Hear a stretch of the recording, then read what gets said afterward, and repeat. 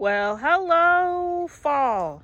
It is 55 degrees this morning, and the girls are like, no way. Nope. They're all packed in there, trying to stay warm. It's a little chilly out here, but I'm sure as the day progresses, they will be up, flying around. Wow. Any other morning, it'd be a good bazillion bees out here. But nope. Not this morning, it's too cold. So, here's some of the challenges about what to plant at the bee yard. As you can see, that was the one corn stalk. Actually, I think there were two, but that was like the only one that the critters didn't eat. The eggplant, for some reason, the critters didn't eat those either. And in that bottle, I put a piece of Irish Spring soap, so maybe that helped. Well, when I use this really fine mesh to cover the eggplants, that really helped a lot. And over on the squash side, you'll see, yeah, I actually was able to harvest a few squash and a couple of eggplants. So I'm really proud of myself. And stay tuned. I'm going to show you some of the other trials and tribulations I went through.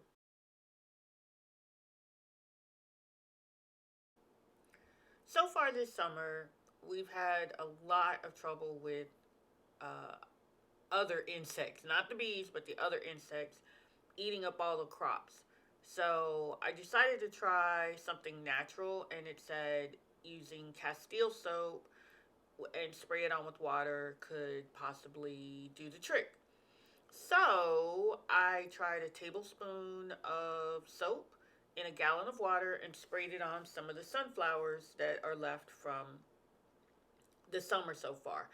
At first, it seemed like it worked. As you can see in these pictures here, there were a lot of these little ants and other insects. So I simply just sprayed on a little bit of the soapy water, and they all left for a little bit. See how clean that is? That looks so much better because they really love, whatever they are, they really love my sunflowers. But as you'll see in subsequent pictures, they started coming back. It couldn't have been more than 10 minutes from the time I sprayed it on, and they just came back. Mostly, it seems like they switched to the other side of the plant, the opposite side. So, who knows? I'll have to keep working at this to find something that's not going to hurt the bees and not too harmful to other insects as well. You know, me and the deer are not going to be good friends. One day, I had these extra sunflowers at the end of the season, and then poof, something came through and ate all the heads. And I think I have pictures, and I'll show you, of the wildlife trail cam where, yeah, basically it's deer, huge deer, coming through here at night and, popping off all the heads of the sunflowers. So they had a good snack. Okay, so I found a great way to make these little arches, these little hoops to cover the squash. So they had these for sale at the big box store, and they kind of look like trellises, but I think they use them for masonry or something else. I think that's what they were called, and they're about $5 a piece. And so what I did, I had been using them. They're 10 foot long by 6 foot wide, and they're really sturdy metal. But I had been using them at the 10-foot length, the arch way that works. But I decided to cut them in half, and you'll see why, I'll tell you why, and then I'll show you why. Because the cloth that I'm gonna use to cover them, it needs to be long enough to go over the arches and, touch the ground so I can keep the bugs out. So these squash are doing really, really well in a very low to no water environment. and the ones in the back are doing equally well also. Now, I did cover them up at first with the landscape, not the landscape, but the netting. But I'm going to take that netting off and use it for this little row, and we'll see how they do. So that's how I made my little low tunnels. So basically what I'm finding out, in order to not use chemicals or pesticides, I've got to cover my plants, at least the ones that are vulnerable, and even some mesh netting can really help. It's a lot of extra work, but I guess it's really just as much work as if I was going to spray chemicals everywhere, but at least it's a lot safer to the insects, the animal life, and people. So I will keep you posted on how this all works. I think it's going to work, though. I really do.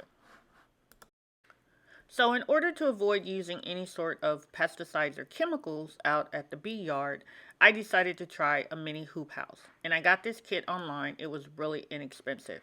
Why a mini hoop house? Because I figure I can cover the plants and protect them from insects and other animals. And I can actually open this up so the bees, because it has like little windows on the side, you'll see.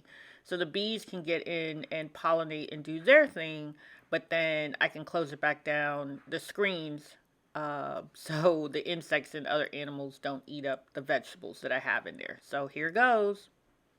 Okay, so I bought this greenhouse, hoop house, whatever you want to call it, online. It was like really inexpensive. It was really cheap. And I was able to put it together like really easily. So this is the first section, and I gotta flip it, turn it the right way.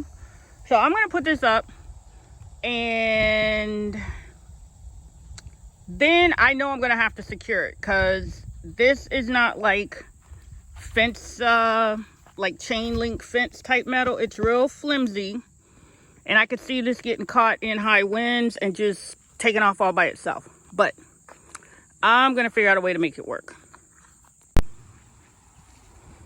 So I was able to get the little greenhouse or hoop house put up.